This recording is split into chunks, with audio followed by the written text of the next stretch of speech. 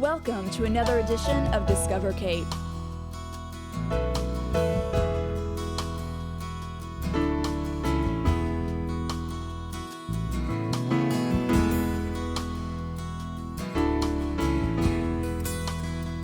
A few weeks ago, Hollywood came to town and part of the movie Killshot was made in Cape Girardeau. We'll look behind the scenes and talk firsthand with members of the production team. We'll also look at some actors, but of the Cape Girardeau kind. You may know the Lions Club through their charitable contributions to the community, but you for sure know them for their pancakes. Pancake Day is coming and the Lions Club will be serving the hot stacks one day in March. And we end with a visit with some local members of our community and the significance of Black History Month. Discover Cape is sponsored in part by Ameren. As forecasted, in rolls the archenemy, cumulonimbus behemoths, spilling torrents, and crackling flashes in the night, humbling Dobermans and tumbling oak trees. But in the real world, there is no Hall of Justice, just a legion of men and women who've traded in their capes and hero mobiles for canvas coveralls and bucket trucks.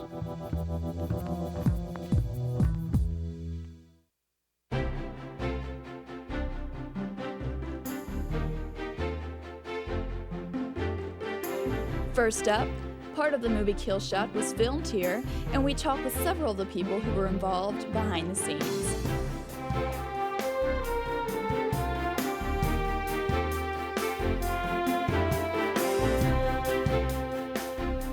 So being on Killshot really opened my eyes to how the whole process happens. I made some great contacts on Killshot. It's like a beehive, you know. You've got the queen bee was the director and the DP. The 23-hour day, the last day of shooting, was definitely unique. Yes, we'll shoot here, which ended up being a great experience for the whole city of Cape Girardeau to have a feature film come into town. Which they've told us on several occasions that the students that worked on the production were an integral part to making this a success in Cape Girardeau. Killshot is a feature film based on a book by Elmore Leonard. When Elmore Leonard originally wrote the book, he included some scenes that took place here in Cape Girardeau. The producers came here to scout Cape Girardeau to see if it would be a viable place to shoot, and they ended up deciding, yes, we'll shoot here. I got a call from the Missouri Film Commissioner this past summer and the Convention and Visitors Bureau director, and said there's a potential of a film coming to this area. Would I be willing to go out and help scout with them? At that time, they told me that Elmore Leonard wrote a book called Killshot, and then they informed me that John Madden, who had directed Shakespeare in Love and Proof and some other great productions, was going to head that production team. Richard Gladstein, who came from the Weinstein's production group, and Caleb Deschanel and some other people were going to be involved in the production. And we had agreed on a date. They flew in from Detroit to St. Louis to Cape Girardeau in one day, and we met in the morning, and we were together for about 7 or 8 hours, I think. And we went all over Cape Girardeau, specifically the locations they wanted to include: something by the river, the Missouri Dry Dock, the downtown area, some places for shopping, and then a place where they wanted the couple to live. So that was about my involvement with it until they called in December and asked if we could help with interns. And then Professor Jones and myself sat down with them, and then that's where the students became involved with it. So the producers of Killshot contacted myself and Jim Dufeg about getting students to help out with the film. We then started contacting students to serve as student interns in positions such as assistant to producer, production assistant, lots of on-set internship positions. We ended up getting about 25 students to help out on the film, and I think all the students had a very enjoyable experience. Very hard work, but a very good experience for them. My position on Killshot was assistant to the producer, who was Jim Powers from Toronto. He was one of the line producers, and I got to work directly with him. Working with the producer, I was able to sit in on production meetings, make phone calls for the producer, and basically I just ran errands, and whatever they needed, I was able to do for them. After walking away from my experience on Killshot, I realized that being a producer was what I wanted to do. Seeing what the producer I worked with did, making the phone calls, making the budget, contacting people, setting up, rental cars, and it all just really interests me. It's kind of the main control behind the movie. It's what keeps things moving and keeping things organized and everybody knowing what's going on and have a good communication path for everybody. It just really piqued my interest, and I can't wait to get my feet wet in more of the kind of producing aspect of films. On Killshot, I was the walkie-talkie master, which is one of the set production assistants. The walkie-talkie master is in charge of the walkie-talkies, batteries, making sure that basically communication between all the different departments can happen. My main responsibilities were with the assistant director, making sure he always had fresh batteries, making sure his walkie-talkie was always able to communicate with the rest of the crew so that we could get everything done. Killshot's opened up a lot of doors for me. I'll actually be moving out to Los Angeles because of the opportunities that I've gotten from Killshot. Basically, I've made contacts in the film industry that would be impossible had Killshot not come to town. And the sort of magnitude that these contacts are just remarkable. And David Webb, John Madden, Caleb Deschanel, all these people are huge names in the film industry. And the fact that they all were in Cape Girardeau and I worked for them and they know who I am is just an unbelievable opportunity that is just sort of a once-in-a-lifetime event. My position on the film is when there's two cameras, I operate the second camera. I was responsible for my crew, and my crew was sort of responsible for me, so it was my crew consisted of my assistant and his assistant. So in actuality, I kind of just do my job, and that's it. What would surprise a lot of people, I think, especially in some place like Cape Girardeau, was the amount of people that it takes to actually get a film made. You're talking a crew of minimal 40, not including the actors and the extras and all that stuff. So it's a beehive. You've got the queen bee was the director and the DP, and everybody just kind of swarms around them and goes out and does their thing, and that's really how it is. And a lot of the responsibilities of the key production assistant is to oversee the other production assistants, particularly when we're shooting on exterior locations. If a camera is looking down a street and we don't want people coming in from side streets or out of stores and stuff like that, we have to lock it up. And so somebody has to be in charge of assigning those lockups and making sure that, the set is secure for picture. Other things include just assisting the ADs, and supporting them. When we would do, driving shots, it's more than just getting in a car and going to the driving shots. There's a whole support structure of crew and vans that needs to be organized to go along, and I would do that. But my experience with Cape Girardeau working there was good. I thought that the community really kind of embraced the production, and let us do pretty much whatever we wanted, which producers like.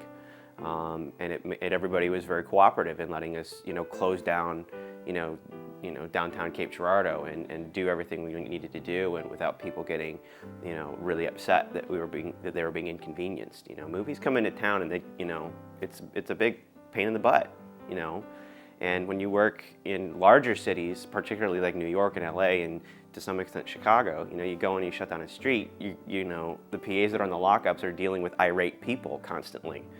Because they can't get to their coffee shop or their restaurant, or, they need to get across the street and they're not willing to walk around, or they're not willing to be patient for 30 seconds, So Cape Girardeau was very accommodating in that matter.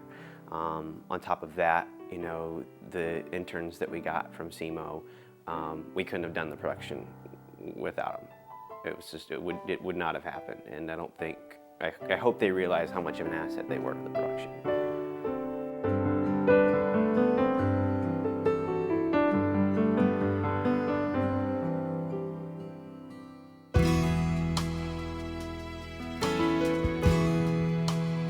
train comes through a good 3-4 times a night. This is the 5th time it's come through in the last hour or so. Blocks out our lines, so as you can plainly tell.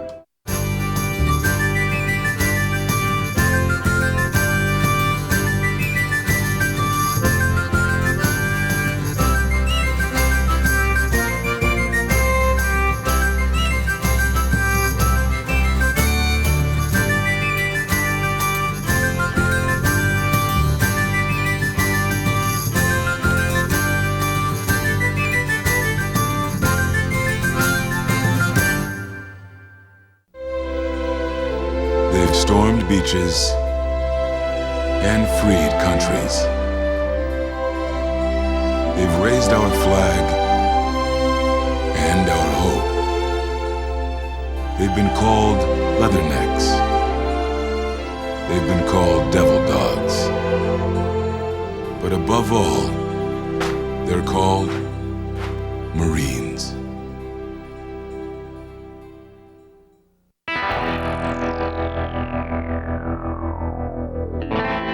Who'd go out on a night like this? We do. The very worst brings out the best in us.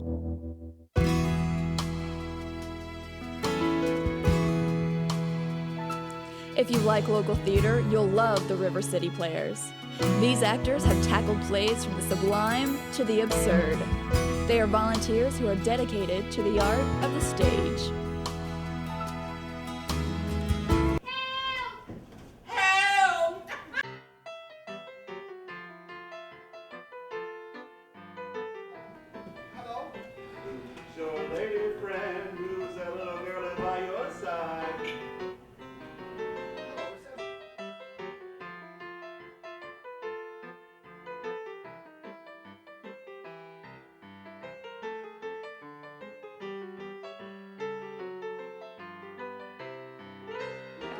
My name is Meredith Elfrink. I'm the director of the show. It runs in the family, and I'm also a board member of River City Players. The group's been around a long time. They started out very, very small, even smaller than we are right now, and then just kind of gained popularity as time's gone on. The number of River City Players fluctuates from show to show. It really just depends on the kind of interest that we can get. And honestly, it's been gaining more membership. Right now, we could probably say that we have probably close to 30 members right now, including board members. Generally, before we've done 4 performances. We are doing 5 performances this season. We're including a musical, which we did a musical review last year, and we're going to start including, I think, a musical in our seasons. We perform just about any play that can go along with the venue that we have. We perform everything from comedy. We've performed dramas, famous dramas such as 12 Angry Jurors last year. We're doing Fences, which is another famous drama this year. Musical comedy, we're doing Nutcrackers. The current play is, it runs in the family. It's kind of along the lines of farcical comedy. It's a lot of, mistaken identity, people running in and out of doors. It's a lot of fun. It's about doctors and nurses and, all of the hospital hilarity kind of going on. My name is Bart Elfrink, and I play Hubert Bonney in the play, one of the doctors that's trying to pull this little scheme off of trying to pawn off the child as mine instead of the real father, because he's got some other issues going on at the time. The sun shines east, the sun shines west. I know where the sun shines past my mammy. From an acting standpoint, the hardest part of putting a show together is this week right now. When you finally have the set, you're finally trying to get the blocking, and and you're finally trying to remember your lines. And another hard part of doing shows down here is the train. The train comes through a good 3-4 times a night. This is the 5th time it's come through in the last hour or so. Blocks out our lines, so as you can plainly tell.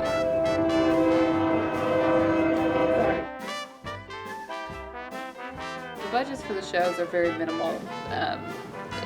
Most of the money is spent on construction of the set and royalties, especially for musicals. The royalties and the royalties for the music are the biggest expense. We do not get paid to do it. A lot of us sacrifice time and money to do this. We only really raise enough money to get royalties for plays and buy equipment for our sets. So we do it for the sheer fun of it. All the plays been helmed here at Port Cape. Doc Kane, Dennis Kane, who owns Port Cape, has been very generous to let us use his venue to do dinner theater here, and we have a very good relationship going on with him as far as doing plays. It's been a very nice venue to do it. You can expect greatness from us.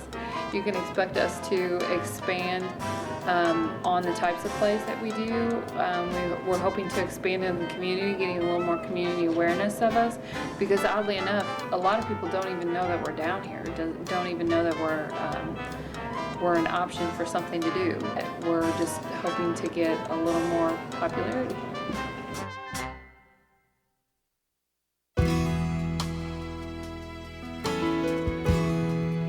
Everybody loves a stack of delicious pancakes, and the Lions Club serves them up hot and fresh in March. They are a generous group of civic leaders, and all the profits go to a variety of charitable groups. You'll flip for the Lions Club Pancake Day. My name is Clint Carnes, and I'm the local market president for Woodin Houston. Lions Club International is a worldwide group of clubs made up of many different local chapters that work toward improving the world in several different ways. The largest way, which is through vision care and through the aspects of eye care and vision care for the world. Our single biggest source of fundraising annually is our Pancake Day. Lions Club Pancake Day has evolved into a community event that is supported by a cross-section of the community, and it's our single biggest fundraiser, as I said. Last year, we served almost 3,800 people through one day, Pancake Day 2005. We have plans to increase that this year, and when you do the math, that means that last year we made over 11,000 pancakes during a 12-hour period of time.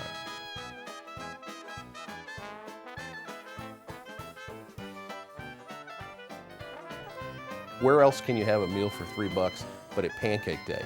In a setting where you have someone wait on you that you normally wouldn't have wait on you. Business civic leaders throughout town are there waiting on you. So it's a fun event for the entire family.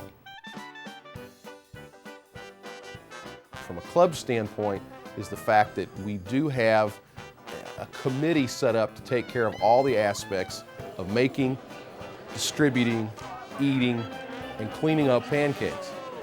Whether you're part of the coffee crew, or whether you're one of the batter boys, a butter cutter, whether you're one of the table waiters or a syrup slinger, it provides a unique atmosphere for people to come and experience a very good meal for only $3. Pancake Day is a perfect example of community service, civic involvement, and neighborhood pride in Cape Girardeau. It's one day where the community gets together, supports an excellent cause, has a great meal, and has a wonderful time in doing so. So we started going south, and we took what we call a civil rights trek. And as I said before, we go through Memphis, and we get a chance to go to the Lorraine Hotel where Martin Luther King was assassinated. You won't find these highlights on any sports network.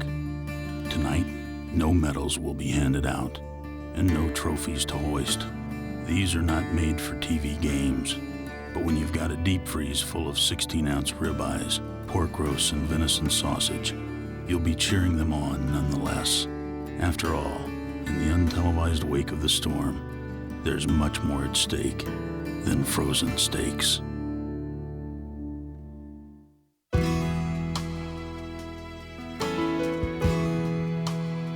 Black History Month is a time dedicated to educate and inspire people about great citizens in the African American community. This month, we hear from national and local citizens and what Black History Month means to them.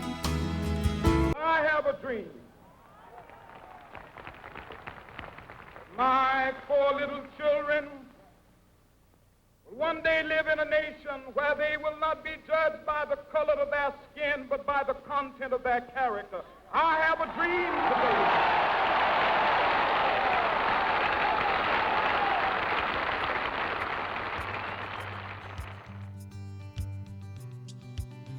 I'm aware of Black History Month, and it's something that I definitely respect. We take 38 youth from Southeast Missouri, from all over Southeast Missouri and Southern Illinois on an educational adventure. We go through Memphis, and we get a chance to go to the Lorraine Hotel where Martin Luther King was assassinated. And then we move on to Selma, and Birmingham, and Montgomery, where they learn and get to see where some of the things that happened during the Civil Rights Movement firsthand. Move in, swap down. If I hear any talking, I would get rid of you. You understand? Do you understand? Yeah. Let's go. Move it in here. Don't crawl, because I don't want my material damaged. Not that I care about you. Go ahead, line up against the wall. Time is money. If I hear any talking when I come back, I will get rid of you.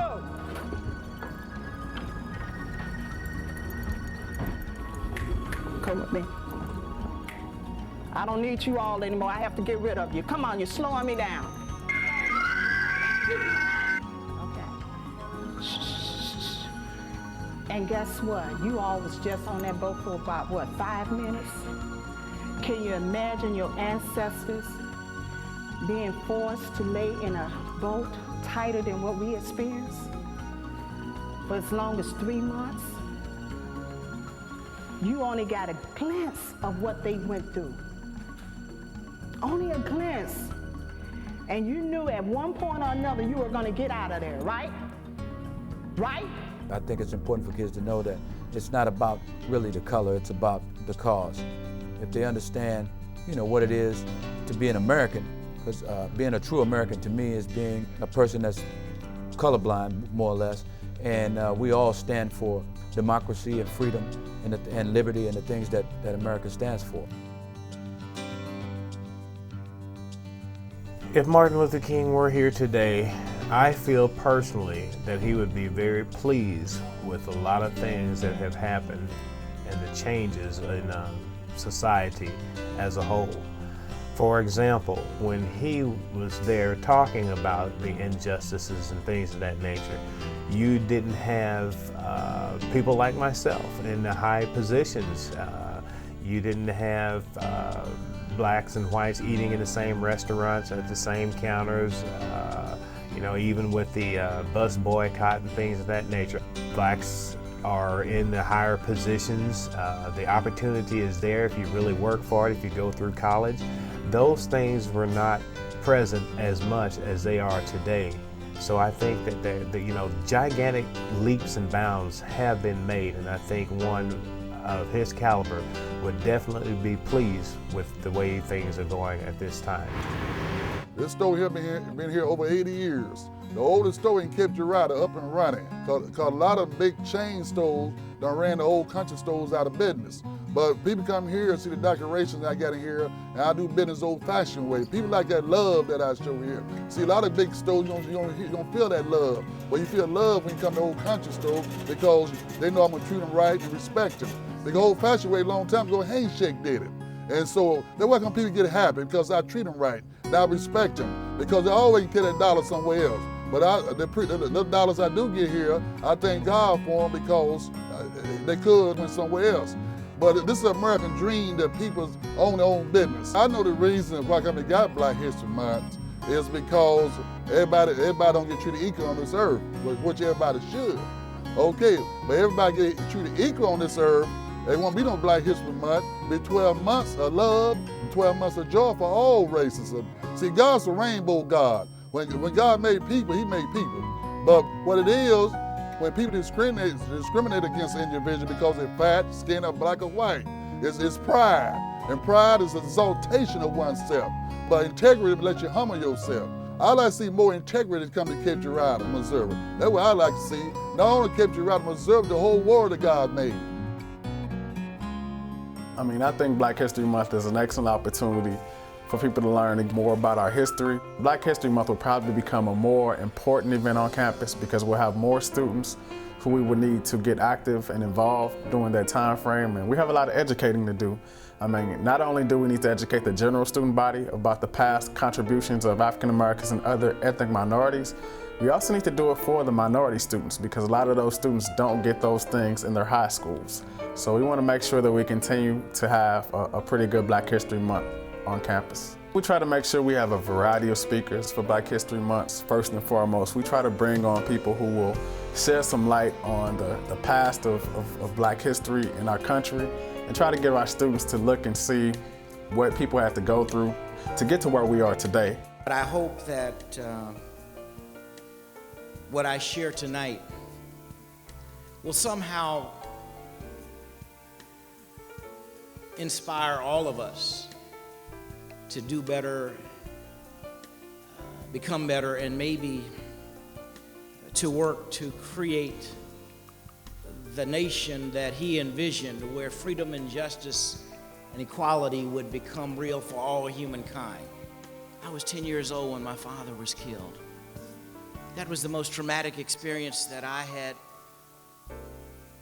gone through in my life. I did not know how we were going to make it. I did not know what we were going to do losing a father. It would have been easy to embrace hatred, but I'm thankful that I had a mother that was teaching us about love and a grandfather who in church was teaching us about love. My dad used to say, we can be like thermometers or thermostats. And it's a great analogy because the thermometer is a great device. But all it does all day long is records the temperature. If it's 60, it'll say 60. If it's 70, it'll say 70. If it's 80, it'll say 80. But that's all it does is registers the temperature. But there's another device called a thermostat. If it is too hot, you turn it down. If it's too cold, you turn it up. A thermostat regulates the temperature. So I guess what I'm saying is in our lives, we must decide if we're just going to record history or if we're going to be a part of regulating what happens in our lives. I believe we can regulate what happens in our lives. And so I finally say, do not get any ways tired, because many have come much too far from where we started. No one ever told any one of us that our roads would be easy. But I know our God did not bring any of us this far to leave us. Thank you very much, and may God bless each and every one of you always. We allow freedom to ring. When we let it ring from every village and every hamlet, from every state and every city, we will be able to speed up that day when all of God's children, black men and white men, Jews and Gentiles, Protestants and Catholics, will be able to join hands and sing in the words of the old Negro spiritual, free at last, free at last. Thank God Almighty, we are free at last.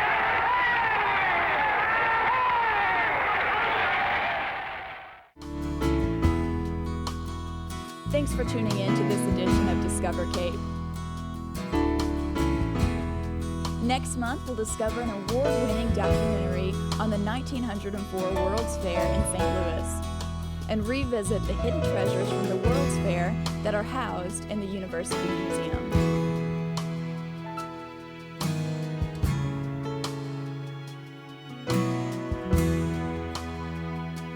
Each month, we will take this journey where there are many places to go, there are many interesting people to meet, and so many new things to discover.